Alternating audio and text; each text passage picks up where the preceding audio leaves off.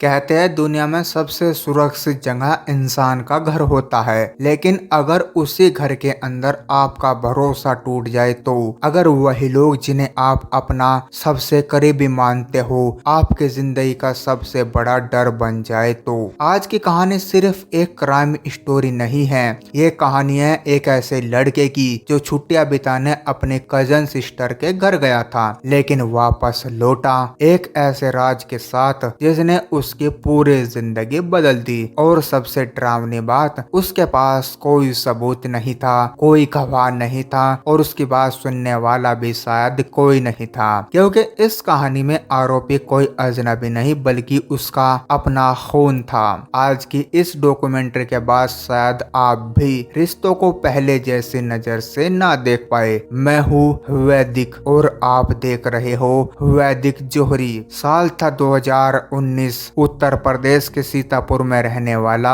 एक 19 साल का मोहित अभी अभी अपनी 12वीं पूरी करके निकला था। पढ़ाई में ज्यादा मन नहीं लगता था उसका। क्लास में शरारत करना, टीचर्स को परेशान करना, दोस्तों के साथ घूमना, यही उसकी दुनिया थी। लेकिन एक चीज थी जो मोहित को बाकी लड़कों से अलग बनाती थी, उसके सपने। वो बड़े शहरों की जिंदगी जीना चाहता था, फिल्मों जैसी life, luxury apartment, fame, style और शायद एक दिन एक्टिंग भी। मोहित घंटों रोमांटिक फिल्में देखता था। उसे लगता था एक दिन उसकी जिंदगी भी किसी मूवी जैसी हो जाएगी। उसे विश्वास था कि मुंबई पहुंचते ही उसकी जिंदगी बदल जाएगी, लेकिन उसे नहीं पता था मुंबई सच में उसकी जिंदगी बदलने वाली थी, बस वैसे नहीं जैसे उसने सोचा था। कुछ महीनों बाद मोहित अपने पिता को मनाकर मुंबई जाने की तैयारी करता है। बहाना था कॉलेज देखने का, लेकिन असली सपना था फिल्मी दुनिया में कदम रखने का। उसके पिता उसे अकेले भेजने से डर रहे थे, इसलिए उन्होंने अपने बड़े भाई से बात की जिनकी बेटी राधिका मुंबई में जॉब करती थी। राधिका एक 27 साल की कॉर्पोरेट जॉब करने वाली इंडिपेंडेंट लड़की। और इसी तरह मोहित मुंबई पहुंच जाता है। पहली बार उसने इतनी ऊंची बिल्डिंगें देखी, पहली बार इतना बड़ा शहर, पहली बार उसे लगा कि वो सच में अपने सपनों के करीब आ गया है। राधिका उसे अपने अपार्टमेंट ले जाती है। 2 BHK फ्लैट्स, 20 मंजिला बिल्डिंग, बालकनी से चमकते हुए मुंबई। मोहित उस घर को देखकर हैरान रह जाता है। वो मुस्कुराते हुए कहता है, एक दिन मैं भी ऐसा घर लूंगा। राधिका हंसती है, लेकिन उस मुस्कान के पीछे कुछ ऐसा छुपा था जिसे उस समय कोई भी नहीं समझ पाया। फिर आया जनवरी 2020। धीरे धीरे खबरें आने लगी, बीमारी फैल रही थी, शहर बंद होने लगे और फिर पूरा देश लॉकडाउन में चला गया। अब मोहित फंस चुका था, ना वो यूपी वापस जा सकता था और ना ही कहीं और। शुरुआत में उसे ये सब अच्छा लगने लगा, ना पढ़ाई का तनाव, ना घर वालों की डांट, बस टीवी, खाना और मुंबई। राधिका भी घर से काम कर रही थी। दिन गुजरने लगे, दोनों साथ खाना खाते, मूवी देखते और हंसते। सब कुछ सामान्य लग रहा था, लेकिन धीरे धीरे घर के अंदर एक अजीब सन्नाटा बढ़ने लगा। एक ऐसा सन्नाटा जो आने वाले तूफान का संकेत था। एक रात करीब 11 बजे मोहित हॉल में बैठा मूवी देख रहा था, तभी राधिका अपने कमरे से बाहर आती है। उसकी आंखों में आंसू थे। वो आकर मोहित के पास बैठ जाती है। मोहित घबरा जाता है और पूछता है, क्या हुआ दीदी? लेकिन अगले कुछ सेकंड में जो हुआ उसके लिए मोहित बिल्कुल भी तैयार नहीं था। राधिका अचानक उससे लिपट जाती है। मोहित पहले इसे भावनात्मक कमजोरी समझता है, लेकिन धीरे धीरे उसे एहसास होता है कि कुछ गलत हो रहा है, जो काफी ज्यादा गलत था।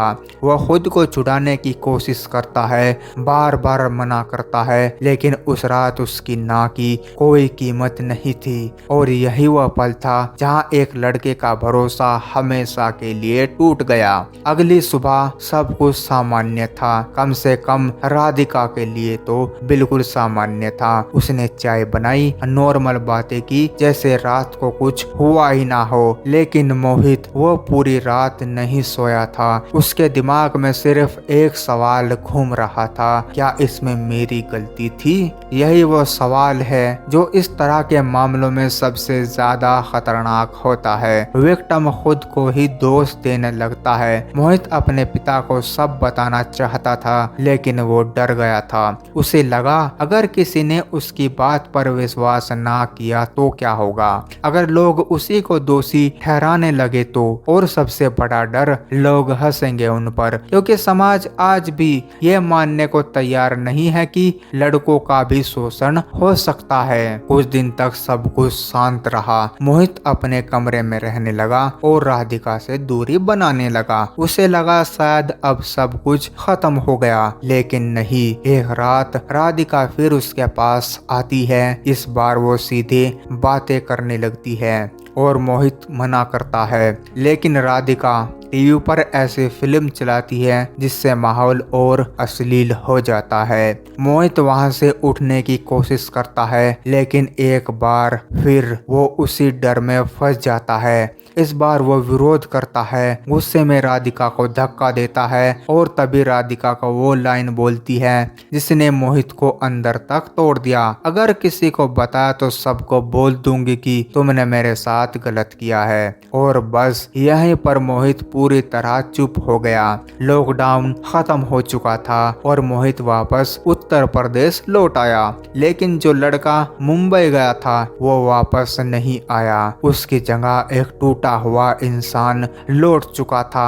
उसने ये बात अपने माँ बाप को नहीं बताई और ना ही दोस्तों को बताई, और ना ही उसने किसी भी व्यक्ति को इस बात का जिक्र किया, क्योंकि उसे लगा उसकी ये बात कोई समझेगा ही नहीं। लेकिन अंदर ही अंदर वो हर दिन टूट रहा था। रातों की नींद खत्म हो चुकी थी, लोगों पर भरोसा खत्म हो चुका था और अब उसे रिश्तों पर भी भरोसा नहीं था, और सबसे ज्यादा खुद पर भी भरोसा खत्म हो चुका था। यह कहानी सिर्फ मोहित की नहीं है, ये उन हजारों लोगों की कहानी है जो चुप रहते हैं सिर्फ इसलिए क्योंकि समाज उन्हें सुनने के लिए तैयार नहीं है। हम अक्सर सोचते हैं खतरा बाहर है, लेकिन कभी कभी सबसे खतरनाक अंधेरा घर के अंदर छुपा होता है, और शायद इसलिए कुछ लोग जिंदगी भर मुस्कुराते हुए भी अंदर से टूटे रहते हैं। अगर आप या आपका कोई जानने वाला कभी किसी गलत परिस्थिति से गुजरा हो तो चुप मत रहिए, क्योंकि चुप्पी गलत इंसान को और ताकत देती है।